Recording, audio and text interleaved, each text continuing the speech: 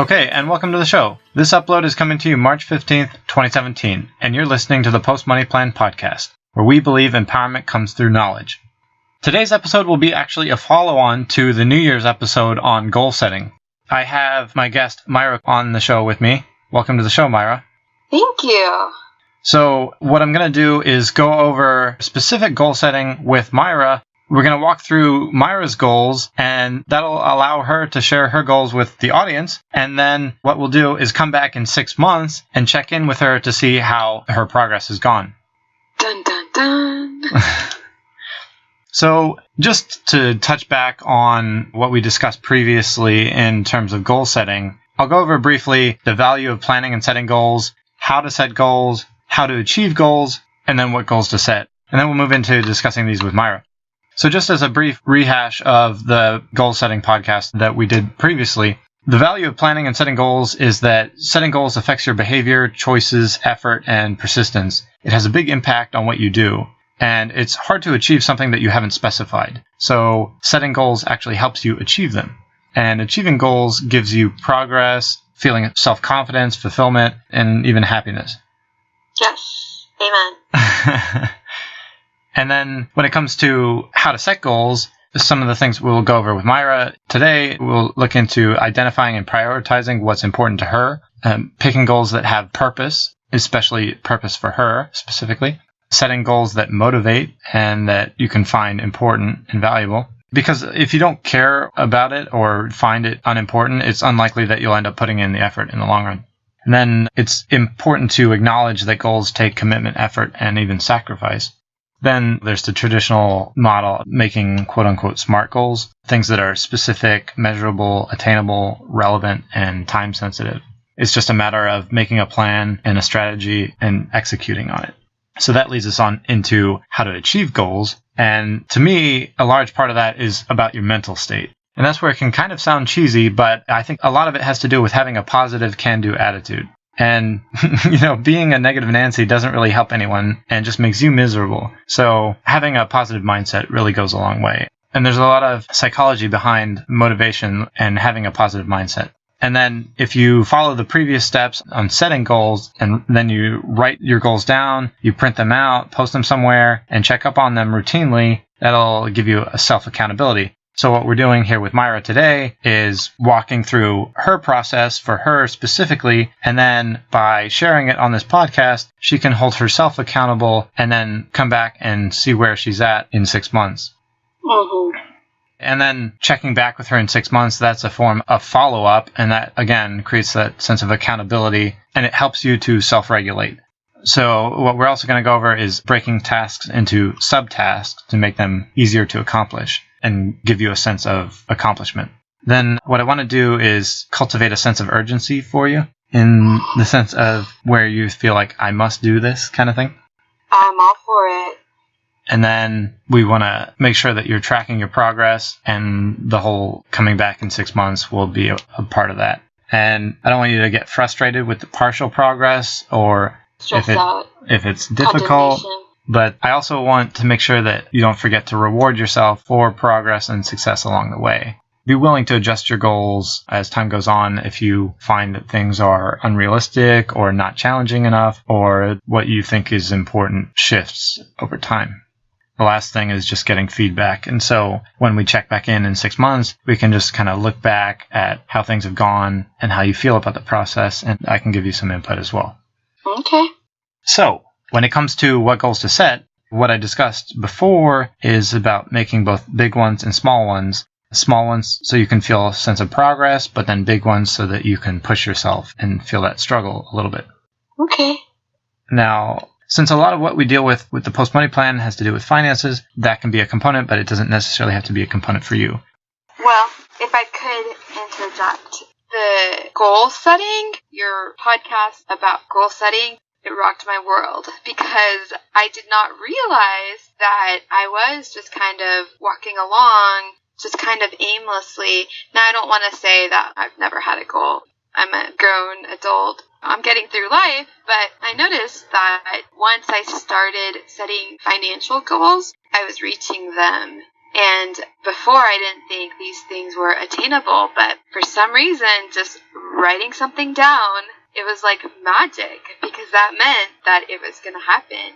It might not happen the next day or the week after that, but eventually I reached whatever I wrote down.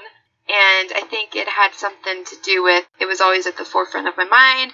I had a goal to work towards. So learning that goal setting with the money management that you helped me learn, I want to see if it translates into other areas of my life or if it's just in finances. Well, I think there's a lot of merit to that in the sense that practicing self-discipline and having a system of how you accomplish things, those skills are transferable and are useful not just in accomplishing financial goals, but also in accomplishing goals of any kind. Yeah, so this is the pre-Mayra goal setting because I haven't started working towards goals yet, but that's what this is for. And I will, and then I guess in 6 months we'll see how far I've come. But if it's anything like my money plan, I think it'll go great. I have big expectations.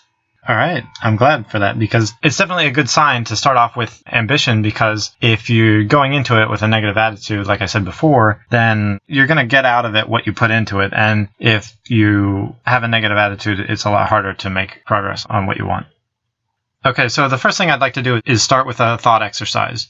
So what I'd like you to do is tell us, if you could on the spot right now, say your life story from the very start to where you are now, and then if you could write your future as ideally as you like in broad strokes, what that would be like. And this is going to allow you to imagine what you hope to accomplish in the future, but also gives us a sense of where you've come from. What's the story like?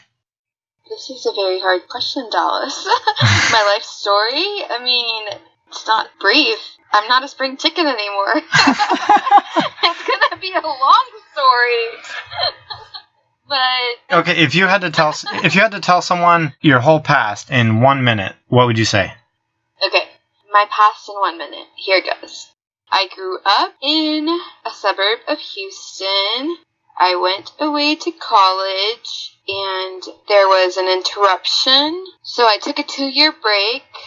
Then I went back to school. And during that time, I strengthened my relationship with Christ. And I graduated. I went into the nonprofit world and worked for 5 years. And then I decided that I needed to make money. So I went into oil and gas and entered the wonderful world of HR. And now I'm here. Okay. So then, again, on a high level, if you could write your future, what would it look like? The whole point of this exercise is that if you're envisioning your ideal future, then you can set goals to try to head towards that direction. Oh, my future. If I could write my future, this is what it would look like. I would continue to progress in my HR career and continue to be independent and make my money work for me. I'd like to get to a point where I don't have to enter so many contests to supplement my income. Continue to cultivate the friendships that are really important to me and just be healthy and be an encouragement to my family. So, yeah. I don't want to include marriage and kids in it because I don't know if for a long time I didn't want kids. And then as I got older, I thought, okay, well, maybe I do want kids. But that's not something that I don't know. I have no idea.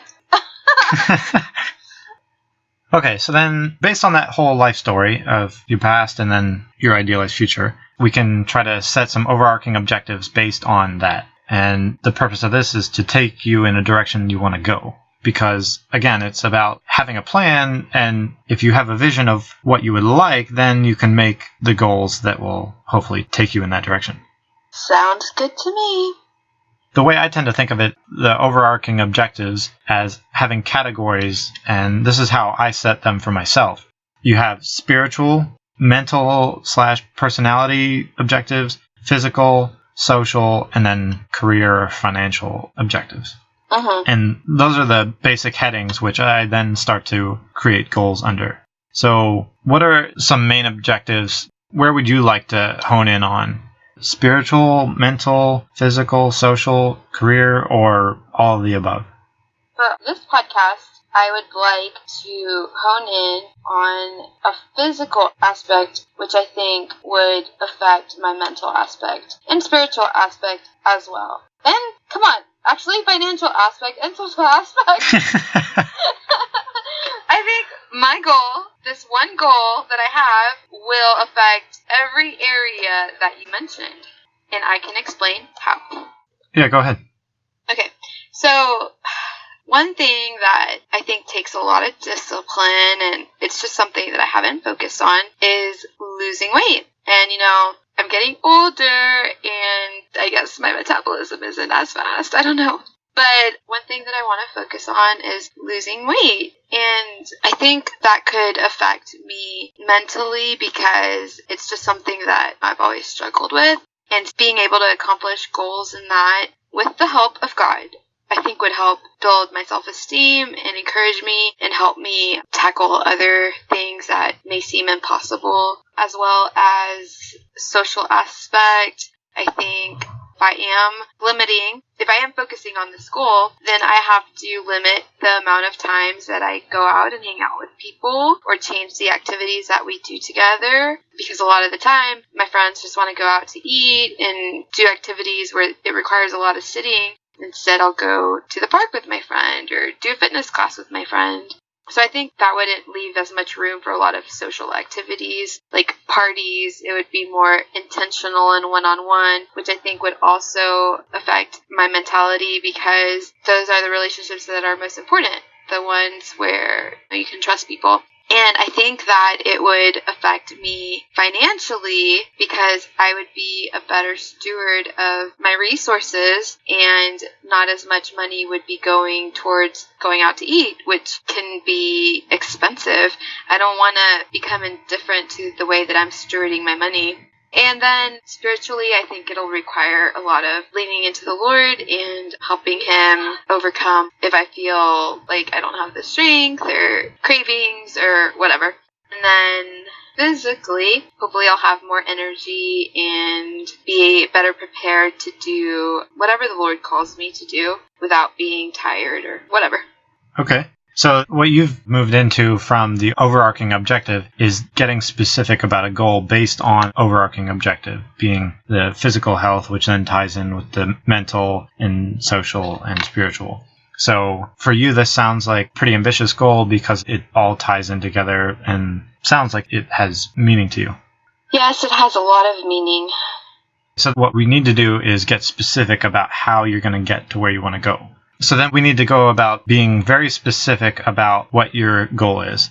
You're talking about losing weight, and it sounds like that has value to you. So let's get specific about what the exact objective is. So what we want to do is set a target and a time frame. So what do you think is reasonable? I want to lose 100 pounds. By tomorrow? Okay. I was thinking about this, and I want to lose 24 pounds in the next year. And I want to do that because I think 2 pounds a month, it could be a challenge, I think. But you said that there has to be a bit of a struggle, right? So I think 2 pounds a month is a good goal for me. Okay. Well, there's two dynamics to that. You have a target and you have a time frame. So as long as you think that's a reasonable place that you can aim for, it's doable but also challenging, then that's something you can run with. So then are you saying when we do our 6-month check-in that your target is 12 pounds? Wow. Yes, that is what I'm saying. What is 6 months from now? September, yeah. Okay, so your target is 12 pounds 6 months from now. So when we check back in September, you'll be down 12 pounds. Okay, so now we have our specific goal for you on the weight thing. So now we want to put together some execution methodology and to-do list based on that goal to lay a clear path forward on what actions you need to take. So what are the specific habits and practices and things that you're intending to do that are going to help you achieve this goal? Okay. Well, I want to get better sleep because physically that's really important. I want to at least get 8 hours of sleep. That doesn't always happen with my social lifestyle, but it's a sacrifice I'm going to have to make, right? So I want to try to at least get 8 hours of sleep and I want to be more active. I want to at least get 8,000 steps a day. Oh, that's going to be so hard. So actually, let's do at least 8,000 steps 3 times a week. And how are you accomplishing that? By being more active, going to the gym, spend more time walking. But is something keeping you accountable for that? My steps? Yeah. My Fitbit. Okay. And other people can see my accomplishments, so yeah. Go on. Okay, what else do I want to do? We have sleep, and I want to eat healthier, so that will hopefully, I'll eat more fruits and veggies, less chemically processed, and none of that fake food. I can keep a food journal, right? Okay. Basically, what we have for this one is you're saying you want to lose 12 pounds in 6 months. And the way you're going to do this is you're going to attempt to get 8 hours of sleep a night. You're going to walk 8,000 steps at least 3 days a week. And you're going to make at least 2 good choices every meal. Whether that be water instead of caffeine, veggies instead of rice. Well, good is very subjective. I need something more concrete. Yeah. How about so I don't have a baseline for this. So how about I track my eating for a week, calorie count and everything, see what that is, and since there's 3,500 calories in a pound, how about I reduce my calorie intake by 500 calories every day, and hopefully that'll equal to eating 1 pound less a week. Okay. How is that specific for you, Mr. Post? I like it. You pushed and pushed until you made me think. Why I came to you for help. So that pretty much covers for that one. Are you willing to do a financial one? A financial goal? My only financial goal now is paying off my private student loan because I've reached all the other goals. So in 6 months, I want to reduce my private student loan debt by 20%. I think I'm able to accomplish that. And I'm happy to... You mean in this 6-month period? Yeah, in the next 6 months, I would like to reduce it by 20%. And I think that I'd be able to do that because when we last checked, we set goals for myself. And I think, when was that? Was it September of last year? So in 6 months, I've already been able to eliminate my credit card debt, live within the budget that you helped me set, and also I've been able to increase my savings to a level I have not had in the past. So I'm really glad that I'm at a place where now I can strictly focus on reducing my student loan debt, where before I wasn't at that place. I had other things that I had to tackle first. Okay. So the goal here is reduce the student loan by 20% in 6 months. What are the specifics in terms of the execution methodology that you're going to use to accomplish that? So all the money that I was funneling before to credit cards or savings or whatever, I'm just going to start using all of that excess from my budget to pay off my student loan. And are there any spending habit changes that you're going to have to make to be able to do that? Well, something that I have already done that has helped me pay off debt a lot quicker is just finding activities that are low cost or no cost. I've taken up a hobby where I've been able to enter a lot of contests and actually win a lot of stuff.